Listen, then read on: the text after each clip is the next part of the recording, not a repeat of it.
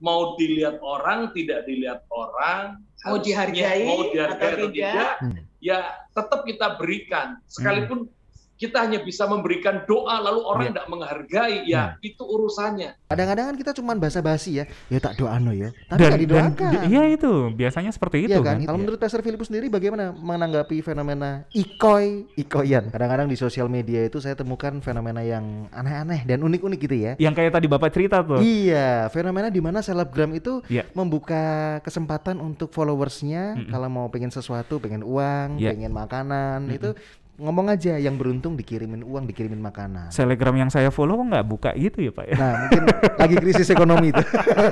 Ada yang tidak krisis soalnya, masih mantap. Di Surabaya juga ada, tapi yang di Surabaya itu selebgram yang terkenal yang kuliner. Jadi minta apa nanti dikirimin makanannya. Katanya bukan cuma selebgram ya? Iya. Ada yang nggak buka tapi diminta-mintain. Kalau itu banyak Pak. Hari ini Sobat Raida ngomongin soal memberi dan meminta pertolongan gitu ya. Topik besar kita adalah saya sendiri sedang sulit. Apakah saya masih bisa menolong orang lain? Nah itu. Itu kan juga dilema ya.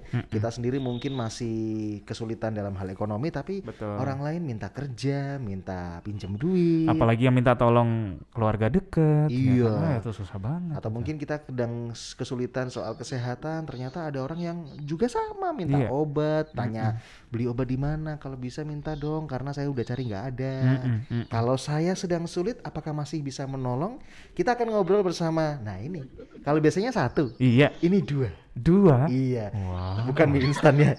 Dua bukan ya. Ini diperjelas sama Nathan. Narasumber kita yang sudah hadir di by Zoom ya. Ya, berzumpa gitu ya. Dengan siapa Jonathan? Kita akan berbicara bersama sepasang suami istri. Beliau berdua ini sama-sama melayani. Iya. Luar biasa. Kita akan bicara bersama Pastor Filipus Edi dan Pastor Tantri Kesia. Halo, shalom Pastor Filipus. Shalom Pastor. Halo. Nathan dan juga Joe, Bang dan Bang Nathan. Dan semua sobat Bahtera Yuda. Terima kasih sudah sambung di Bahtera Yuda FM. Bajunya udah matching, kita nggak matching nih Pak. Kita matching. Cuman saya belum dicuci aja. Bagaimana kabarnya Pastor Tantri dan Pastor Filipus? Sangat baik. Luar biasa, sangat baik. Senang sekali kalau bulan ini kita kembali bisa ngobrol ya Pastor ya. Hari ini topik yang baru, topik yang semoga bisa jadi berkat buat para pendengar juga. Ketika saya sedang sulit gitu ya, apakah saya masih bisa menolong orang lain? Tapi pertanyaan pertama saya nih Pastor ya, kerinduan menolong dalam hati ini kan biasanya ada muncul. Saya pengen bantu orang A, saya pengen bantu saudara B, tetapi nggak bisa nolong karena nggak ada daya. Terus gimana Pastor? Apa yang bisa saya perbuat kalau uang mungkin nggak ada, kesehatan juga sama-sama mungkin sedang sakit? Gimana Pastor? Ya biasanya gini, kalau kita mendengar temen lagi butuh begitu ya, mereka suka WA kita, mereka suka menyapa kita, tapi seringkali juga kita tidak bisa menolong ya. Seperti yang Anda tadi tanyakan ya, gimana nih saya pengen nolong tapi kok nggak bisa nolong. Yang biasa kita kerjakan ya berdoa, tapi sebenarnya ada 3 hal yang perlu Sobat Bahtera Yuda ketahui, bahwa cara kita menolong itu ada 3 sebenarnya. Yaitu 3D, saya menyebutnya 3D ya. 3D, yaitu doa, daya, dan dana. Nah ini. Ini prinsip yang kami selalu ajarkan. Jadi kalau kamu ingin berkontribusi atau kamu ingin menolong orang lain, ada 3 yang kita bisa lakukan. Doa, dana, dan daya. Ya, paling tidak kita bisa memilih salah satu dari itu. Dan kalau kita menolong, tentunya tidak harus yang tidak ada pada kita. Iya, betul. Ya. Jadi seringkali kan ada banyak daripada kita itu kalau menolong kan diada-adakan. Ini jadi masalah. Itu sebabnya kalau Sobat Bahtera Yuda punya masalah atau ingin menolong tapi nggak ada yang bisa kita lakukan, sebenarnya masih ada, itu berdoa. Jadi jangan pernah sedih atau beralasan untuk kita tidak bisa menolong. Itu ya. Tadi bisa kita hafal tuh, doa, daya, dan dana. Jadi nggak menutup kemungkinan memang di zaman now itu 3 hal ini diperlukan ya, Jo. Betul. Tapi Pastor, yang saya juga tanyakan sama Jonathan, kadang-kadang tuh yang satu ini dihargai banget nih Pastor. Oh yang, iya. Yang dua tidak. Dan apalagi kalau dibilang gini Pastor, oke, saya mungkin nggak bisa bantu dana, tapi saya bantu doa ya. Terus alah, saya yang minta tolong itu. Alah. Wakeh wesan bro. Doa gale. Kita nggak dihargai sama orang gimana Pastor? Ya, kalau masalah tidak dihargai atau dihargai bagi saya itu terserah mereka kan. Yang penting apa yang kita lakukan ini kan sebagai sebuah upaya untuk kita bisa membantu. Karena kita kan teringat ya dengan satu ayat firman Tuhan yang ada dalam Galatia pasal 6 ayat yang kedua. Ya. Bertolong-tolonglah menanggung bebanmu. Demikianlah kamu memenuhi hukum Kristus. Nah, ini yang menjadi prinsip sebenarnya.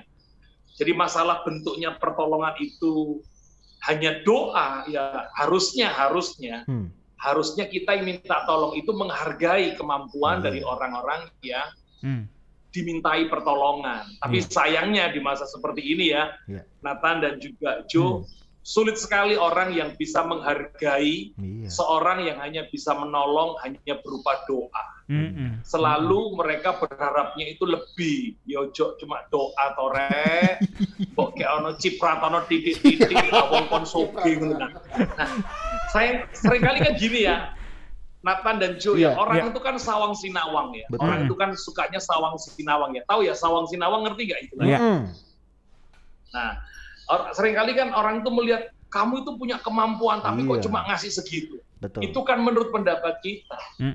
Padahal dia sendiri sebenarnya juga punya masalah yang juga perlu ditolong. Ya seperti kalau orang lihat kita gitu, kayaknya enak ya adem ayem yo, kalau ada masalah gitu. Akhirnya banyak orang datang minta tolong. Padahal kita sendiri juga sebenarnya gitu juga perlu pertolongan. Tapi kan cuman kita nggak menunjukkan bahwa kita butuh pertolongan. Baik. Jadi pesan saya adalah bagi Sobat Yuda, kalau kamu minta pertolongan pada orang lain, apapun yang dia berikan, entah itu doa, ya terimaon dengan ucapan syukur. Kalau itu dia bisa berikan sesuatu yang kamu perlukan, ya apapun bentuknya, terima saja. Doa saja sebenarnya sudah lebih dari cukup loh. Dan kalau ada orang yang mau berdoa, itu sebuah pemberian yang luar biasa. Ya, bukan begitu ya? Setuju. Iya ya, jadi ini bahkan memang di Yeremia kan Tuhan sudah ajarkan sebetulnya buat kita untuk kita tidak mengandalkan atau mengharapkan orang lain sebetulnya kan. Iya benar. Diberkatilah orang yang mengandalkan Tuhan dan menaruh harapannya kepada Tuhan. Iya betul, setuju saya, benar. Itu lebih bagus daripada kita ya sudah ditolong tapi enggak tahu terima kasih ya, istilahnya seperti itu. Banyak orang yang sudah ditolong walaupun hanya berupa doa atau tenaga pun kadang-kadang tidak dihargai. Tetapi kita diajarkan Tuhan untuk selalu mengucap syukur dalam segala hal sebetulnya. Apapun yang diberikan orang kepada kita, baik berupa doa atau daya atau dana. 3D tadi. Belajar menghargai. Kalau orang datang minta tolong, terus kita kasih, saya cuma bisa bantu doa, terus bilang halah, itu bahasa Ibrani-nya ada tuh Pak. Apa tuh? Nemen. Kebacot.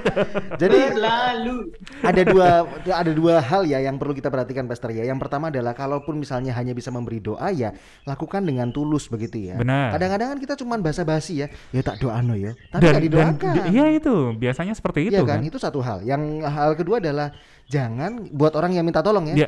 Jangan sakit hati karena ekspektasimu sendiri gitu loh. Kita kan harapan kita kan besar ya. Orang ini bisa bantu saya nih. Kasih duit nih pasti nih. Padahal enggak. Bukan orang lain yang mengecewakan kita, ekspektasi kita yang mengecewakan kita sendiri. Betul ya Pastor ya? Iya. Ini kuncinya nih Sobat Raid ya. 3D, doa, dana, dan daya. Apa yang bisa kita lakukan nih? Apalagi sekarang 17 Agustus saya masih inget tuh ya. Kalau masih sebelum pandemi gitu ya. Harus keluar rumah untuk misalnya kerja bakti bareng gitu ya. Memang ada yang ngeluarin daya, mungkin ngechat apa gitu ya, ada yang ngeluarin dana gitu ya. Yang itu yang bisa kita lakukan ya kita lakukan, Sobat Raida ya. Jadi nggak ada alasan tidak membantu orang lain ya cuy. Oke, kita masuk ke yang happening hari ini, Pastor Tantri dan Pastor Filipus. Fenomena ini mungkin Pastor juga sering lihat atau mungkin pernah ngalami mungkin. Bener, anak-anak Pastor juga mungkin, wah iya ya fenomena namanya ikoy-ikoyan. Ada orang yang bilang, loh ini kan saya berbuat baik. Tapi di satu sisi ada yang kontra di mana, loh ini tuh orang-orang yang minta-minta di jalan dulu, tapi karena pandemi jalan sepi, terus dia pindahnya di sosial media karena trafficnya rame di sosial media, akhirnya orang minta-minta di sosial media. Jangan diladenin karena itu bentuk mental yang jelek gitu Kalau menurut Pastor Filipus sendiri bagaimana menanggapi fenomena ikoy-ikoyan? Namanya kok lucu ya. Silakan Pastor. Ya, istri saya aja yang jawab. Silakan Pastor. Ya, pada awalnya itu ikoy-ikoyan itu kan game ya yang dibuat influencer siapa namanya Arif Muhammad kan. Dia judulnya itu berbagi kebahagiaan gitu. Dan dibagikannya itu lewat kepada followersnya, lewat anak buahnya ya, staffnya dia yang namanya Rizky, tapi panggilannya Ikoy. Nah jadinya terkenalnya jadi Ikoy begitu. Sebenarnya awalnya mereka ini iseng gitu aja, cuma ada pro dan kontra yang akibat dari ini. Ada orang yang akhirnya ada pejabat, para artis gitu ya, yang mengikuti jejak daripada Arif Muhammad ini. Tetapi mereka kadang-kala kayak diada-adakan gitu sampai dibelani utang gitu ya untuk ya ampun, membagikan itu supaya followersnya bertambah atau meningkat. Betul. Jadi sebenarnya sih sah-sah aja kalau orang berbuat itu, tetapi kita mau lihat bahwa Bapak kita itu siapa sih? Bapak yang kita sembah, Bapak yang kita cintai, Bapak yang kita kasih hari-hari ini adalah Bapak yang sifatnya itu murah hati. Betul.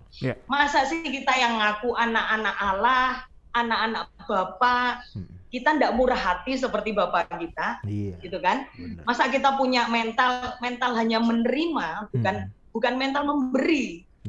Padahal Tuhan bilang di Kisah Rasul 20 ayat 35, adalah lebih berbahagia memberi daripada menerima. Iya, betul.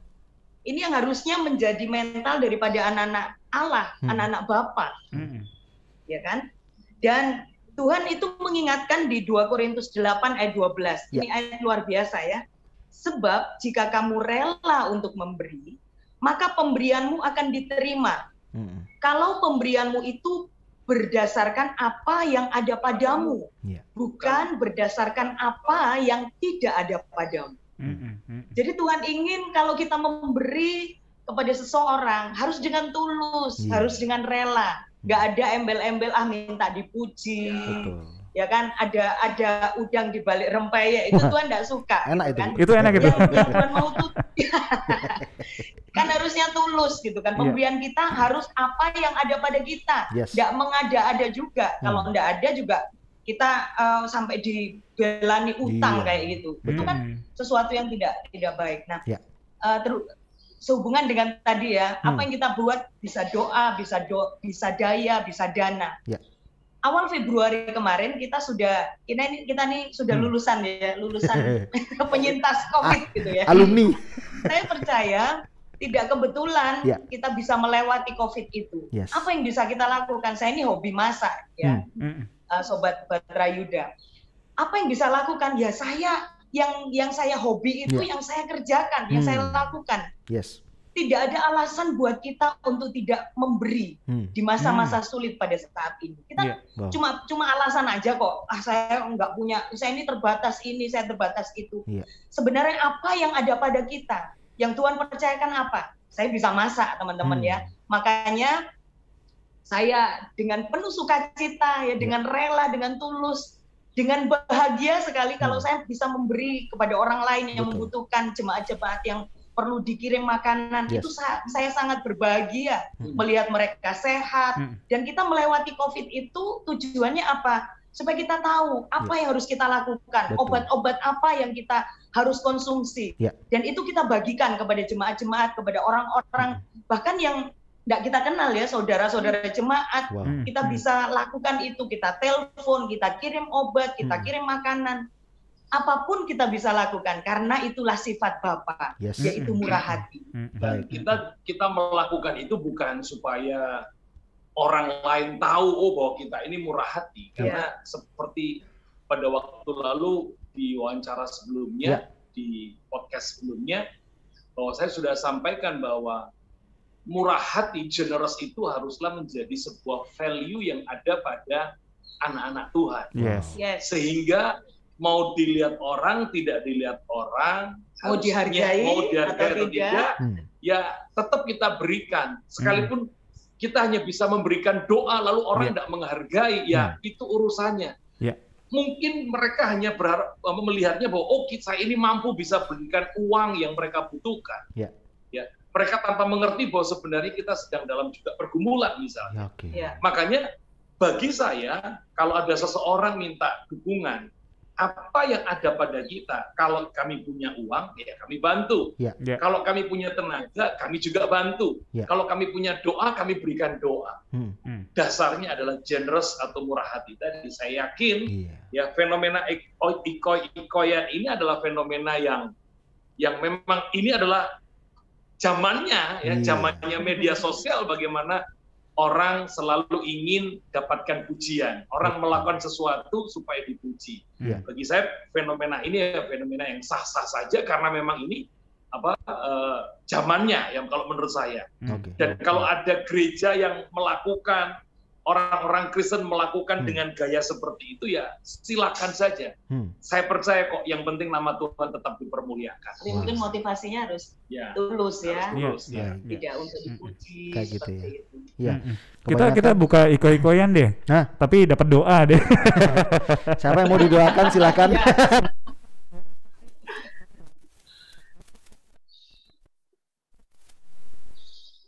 Lah, kalau kita tulus, rela tulus, ya betul. Jangan sampai kita misalnya iko-ikoyan berharap apa, paling minim deh yang paling mungkin dekat sama kita ya berharap follower memuji kita atau mungkin bertambah follower karena kita melakukan hal yang baik. Ayo, harus dicek di hati kita motivasinya harus benar ya. Memberi itu sifat Allah, sifat Bapa kita. Jadi kita juga harus memberi, tapi ada ciri-cirinya. Rela itu tadi. Betul, harus tulus. Kita masih bicara bersama Pastor Tantri Kezia dan Pastor Filipus, bicara tentang ketika saya nggak punya apa-apa, udah sulit nih kondisinya. Sulit banget. Tapi masih nggak sih saya bisa nolong orang? Ternyata bisa. Ada 3 tadi, tinggal kita pilih yang mana dan lakukan dengan sungguh-sungguh. Tapi biar lebih lengkap mungkin bisa kasih kesimpulan deh, Pastor Filipus Edi dan Pastor Tantri. Banyak orang sekarang nih yang udah apatis banget tuh, Pastor. Mau bantu juga kayaknya jadi manusia paling susah sedunia gitu ya. Mau kasih dana kita juga kesulitan. Nanti saya kasih dibalikin gak ya? Iya, itu juga. Ntar ngefek ke relasi juga. Ntar gak ada yang bantuin saya. Ntar ngefek ke hubungan juga. Gimana untuk kesimpulan, Pastor? Silahkan. Ya, baik. Kesimpulan yang bisa saya bagikan pada hari ini, yang pertama adalah teruslah melakukan kebaikan kepada orang-orang yang minta tolong kepadamu, sekalipun pemberianmu atau pertolonganmu atau bantuanmu tidak mendapatkan penghargaan. Yang pertama. Yang kedua, belajarlah untuk memberi perhatian dari yang ada padamu, bukan yang tidak ada padamu. Itu yang paling penting, karena seringkali ada banyak orang juga memberikan yang tidak ada padanya, sehingga harus membuat sebuah utang yang baru dan sebagainya. Lalu yang ketiga, lakukan setiap pemberianmu. Jadi kalau kamu mau memberi atau kamu mengharapkan untuk diberi, sekali lagi ya, kalau kau diberi kesempatan untuk bisa memberi, lakukanlah seperti untuk Tuhan, bukan untuk manusia. Gitu. Saya yakin kalau kita punya niat dari awal untuk menolong dan kita berusaha untuk menolong orang lain dengan apa yang ada pada kita, dengan tulus tentunya, Tuhan pasti akan menyediakan. Satu contoh ya, ini saya tutup Nathan dan juga Joe. Satu kali itu saya itu punya niat ya. Saya itu punya baru bangun tidur ya. Saya itu mau punya niat memberkati satu keluarga. Baru mau niat ya. Niat karena semalam saya mendengar kalau ada satu keluarga ini perlu dibantu. Lalu kepikiran, saya sampai ketiduran, pagi saya bangun, saya baru niat akan membantu. Baru niat. Rupanya niat saya itu didengar sama Tuhan. Saya baru niat karena apa? Saya mau memberkati keluarga ini dengan sejumlah yang saya punya. Sejumlah yang saya punya karena kami punyanya itu gitu. Saya mau bantu gitu. Sekalipun pemberian saya itu tidak akan bisa mencukupkan apa yang dia butuhkan. Tapi ternyata di pagi itu baru niat, Tuhan sudah mengirimkan berkat. Sehingga saya bisa menolong dia seperti yang dia butuhkan. Karena memang dia membutuhkan. Inilah cara Tuhan bagaimana kalau kita ini punya hati yang generous untuk selalu ingin menolong orang lain. Itu kesimpulan dari saya. Mungkin Bu Gembala bisa tambah. Silakan. Sudah cukup ya. Cukup ya. Cukup baik, luar biasa. Miliki hati yang generous tadi ya. Karena itu sifat Bapak kita. Jadi kalau memang setiap kita nih Sobat Rida, bayangin deh, kita anak-anak Tuhan punya hati yang mau membantu, mau menolong orang. Waduh, di sekitar kita pasti indah rasanya. Luar biasa. Keluarga, teman-teman kita juga pasti akan ngerasain kalau dekatnya Jonathan, apapun yang Jonathan tolong itu berharga buat saya. Entah itu doa, daya maupun dana. Narasumber kami juga ada Instagram karena Pastor Kezia Tantri dan Pastor Filipus menggembalakan sebuah gereja. Betul, Anda bisa langsung follow ya di @BMC ya tulisannya BMC Sumberwuluh. Digabung semuanya, Anda bisa follow di sana ya. Di situ gerejanya berarti lokasinya di Sumberwuluh. Betul ya Pastor Filipus ya? Betul. Mantap. Jadi silahkan di follow ya. Anda yang mungkin hunian atau tempat tinggalnya daerah situ, boleh kalau sudah ibadah onsite silahkan beribadah. Silahkan mampir ya. BMC Sumberwuluh. Pastor Filipus, Pastor Tantri, kami mengucapkan terima kasih banget kalau hari ini kita bisa ngobrol tentang memberi. Ternyata nggak sesederhana yang kita pikirkan, tapi hal sederhana pun bisa membantu orang lain. You are listening to pujian terbaik yang memberkati 96.4 Bahtera Yuda FM. The sound of faith, hope, and love.